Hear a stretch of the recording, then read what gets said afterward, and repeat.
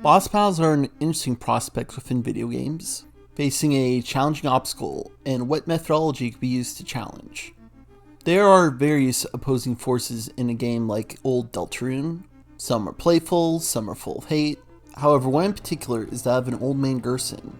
He sticks out within other bosses, and especially within other secret bosses, in that he doesn't wish to harm you, but train you, test your skills, make you stronger, but in a good way, not in a Snowgrave kind of way. Secret bosses are an interesting revelation within the Deltarune games, as they are basically bonus content from the main story that have a noticeable difficulty spike to the rest of the game.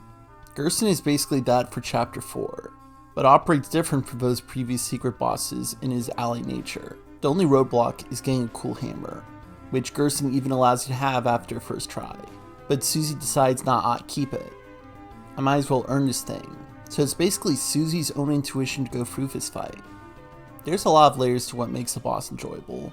Having difficulty helps, but a strong narrative component can also be a big factor, to allow for a willingness to do it. Like, if it's part of the main story, of course you have to do it, but if it's part of a side story, it's like, why should you do this? It's kind of interesting with these earlier secret bosses. They basically happen because you initiated a challenge. Like, if you never free Jevil from his cage, or put Spantum into Neo, they would just be harmless little buggers and not a threat to anyone. So initiating a challenge could risk them running loose if you fail. Gerson also has that optionality, but it doesn't feel like I would instantly cause the end of the world if I wasn't up for the challenge. I'm just training, dude. There's also thematic reasoning, like Jevil's just a crazy person. What do I gain fighting this crazy dude? Cool armor? Cool. Spamton has more thematic resonance, with his themes of control correlating with Chris, but about the same ballpark being a nut. Heck, going for genocide bosses in Undertale, some of the most allotted bosses in the game.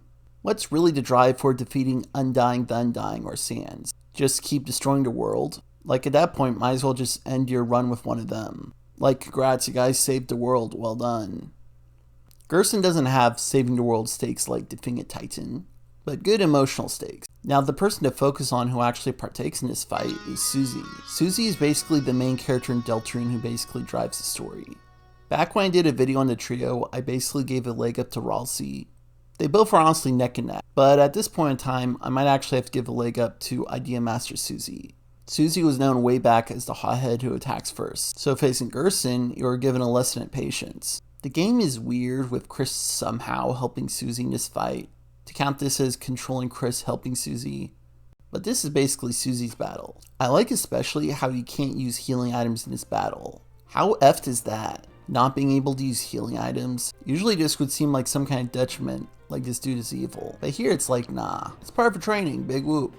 It results in Susie having to use her okay heal, which helps decently in the battle actually. This is kind of cool since this is a skill Susie's been trying to harness since Chapter 2. And here it actually comes in handy, and Gerson even compliments you when you use it. Healing also gets better the more rounds you do. You also get to use Root Busters during this battle, which is a cool ping pong, but it becomes evident you don't need to use them to win, and you might as well save TP for healing. There are other interesting aspects, like how the beginning part is similar to Undying the Undying's fight, but overall less rageful energy and more mythological vibes. Also, the arrows start out yellow before turning red, and doing some of the conditioning from that fight. Nah, look out for the Koopa shells for the counter moves. I also like the diagonal defenses. Makes the fight more dynamic, like able to block an in-between arrow, going in between. During the first sections, I would avoid losing health. Then during the axe throwing section, it always winds me down to lower HP. Like, if at higher health, it would happen to take more HP, then when lower, it's lower amounts. Weird axes. It's interesting how green souls are used for master fighters like Gerson and Undying before, which makes it cool that Susie's partaking in this. Like, she could be a master as well. I mean, Gerson did say she was a freaking dragon. It's also interesting during this fight, Gerson talks about the legend of the hammer, basically enthralling Susie with his experience, even having paralleled the hero story and possible hints of foreshadowing for what's to come. Overall, teaching Susie a lesson she could chart her own path. Anyway, I dig this boss. A good mix of strong thematics and gameplay. It was the first secret boss I defeated when playing all 4 of these chapters at once, and felt good after that. Anyway, what are some bosses you like within the games? What values do you like within a boss? Feel free to let me know, and cheers.